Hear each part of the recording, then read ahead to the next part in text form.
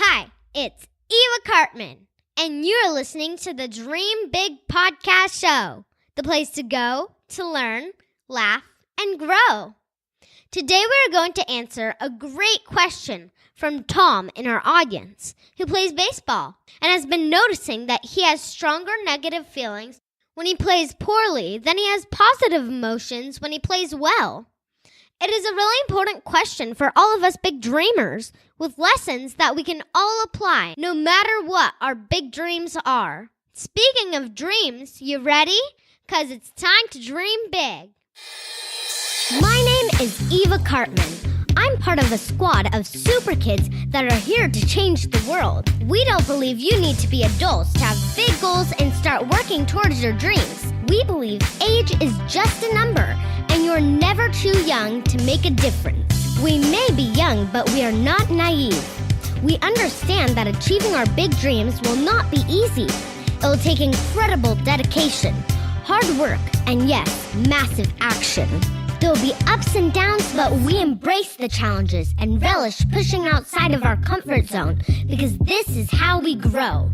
They may not teach us these concepts in our school textbooks, but we are smart enough to know that the tools and tactics to achieve our big dreams are out there. And we are willing to do the work to seek out these skills and master them because we know that our future depends on it.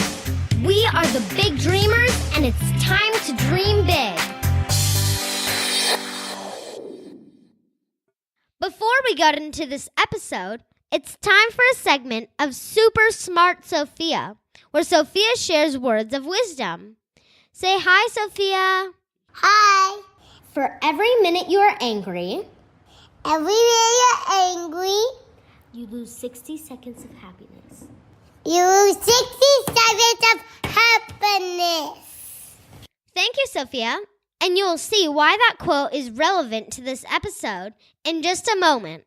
Also, a very quick announcement regarding the Dream Big Academy, a top secret course that my parents and I are developing, which will teach you success principles not taught in school, and concepts that until now have only been taught to adults by adults. We believe it's never too early to dream big and want to teach kids and their parents about these principles. We are super proud of what we are creating, and we are almost done with the first section of the course, which focuses on developing your superpower of self-belief.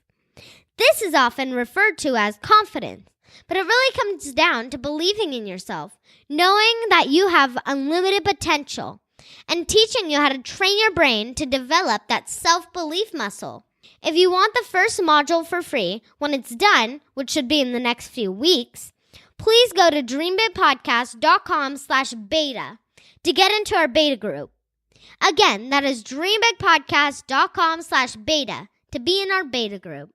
We are limiting the beta group to 50 students, so if you want to get in, please sign up today. Okay, let's turn to the question that I got from Tom from Seattle. If you have a question that you would like me to potentially answer on the show, please email my mom at olga@dreambigpodcast.com. Tom writes, Eva, I hope you can help me with something. I play baseball. I've been playing for a few years now, and it's my favorite sport. Like in any sport, you have good days and you have bad days. Sometimes I will play really well, and I'll get a few big hits, score some runs, and even help my team win. Other times, it feels like I can't hit the ball. I'll strike out or hit the ball right to the infielder for an easy out. Here's the problem that my parents and I noticed. While I do feel happy when I play well, I feel way worse when I play bad.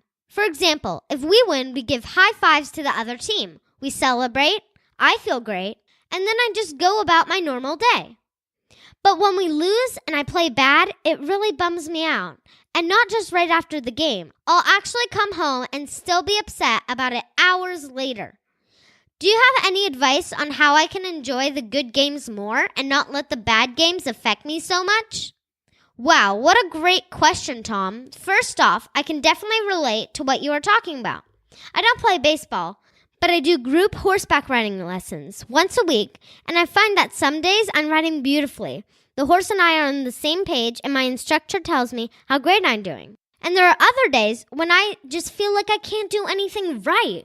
The horse isn't following my directions, and the instructor, who's very strict, will be yelling at me to tighten the reins or dig my heels in the stirrups more. Also, my dad told me that hitting a baseball is one of, if not the most difficult things to do in sports. Even the very best players in the world only hit the ball 3 out of 10 times. That means the other 7, even professional baseball players, are failing to get on base. As for being affected more by bad games than your good games, I want you to know that it's completely normal. Our brains are actually wired to pay more attention to negative experiences than positive ones. This is what helped our ancestors who lived out in nature survive. Think about it. If you lived in a forest out in nature and you heard movements and plants nearby, you'd probably think, "Is that a lion?" and get out of there, rather than go explore to discover that it was just a harmless squirrel. We've come a long way in recent centuries where we don't have to worry about lions sneaking up on us, but our brains still work the same way. These strong negative reactions may have been helpful for survival, but they are clearly not helpful in today's age for your overall well-being. When you dwell on negative possibilities, it affects your mood, your sleep, your stress levels, and it can reduce your desire to get out there and try again to avoid having the negative experience again, and that can kill your big dreams. It's great news that in your question to me, you didn't say you were thinking about quitting baseball, because a lot of people do quit when they have enough negative experiences. You clearly love baseball. You have played for many years and want to address this issue. Here's what I would recommend. First, and you are already doing a great job of this, is be self-aware of the issue. The fact that you wrote in shows that you're aware of it, but now that you know that there is a reason why your brain naturally goes towards the negative, you can understand that there is science behind this and know why you are feeling the way you do. Step 2 is to take action when you have a bad game that will get you out of your negative slide. So for instance, rather than going home and sitting on the couch, getting worked up about it, see if your parents will take you somewhere fun, maybe the arcade, or the park, or just to see a funny movie. Or maybe you can go play with friends outside. Just something that will take your mind off the bad game that happened and refocus your energy on having fun and laughing. This will really help. As super smart Sophia shared, for every minute you are angry, you lose 60 seconds of happiness. So the quicker you can get yourself focusing on happy times, the better.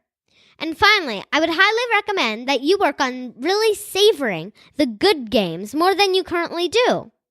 So when you hit a home run or make a winning catch, really enjoy the moment. Look around, visualize what you saw in that moment. The cheers, the high fives from your teammates. The final scoreboard with your team on top. And then later that day, when you're home, you can revisit those moments in your mind and think about how awesome they were. If you do this enough, your brain can actually rewire itself to focus more on the positive than the negative. But you have to really work on this and learn to cherish the good games.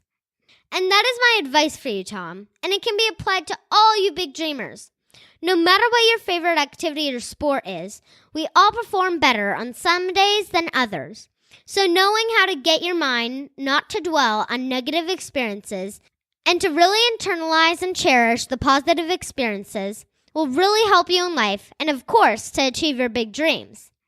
Did you enjoy this episode? If so, please tell your friends and family about the Dream Big Podcast. They can find this episode at dreambigpodcast.com/101.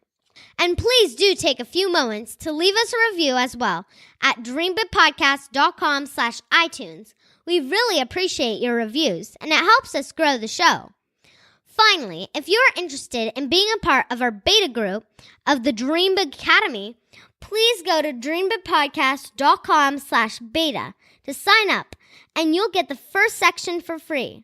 I hope to see you there. Thank you so much for tuning in to the Dream Big Podcast. This is Eva Cartman reminding you that you have unlimited potential. Your dreams are not optional. You need to make them essential. So take massive action to turn those big dreams into reality. Live with passion, the way life is meant to be. See you next episode. Bye.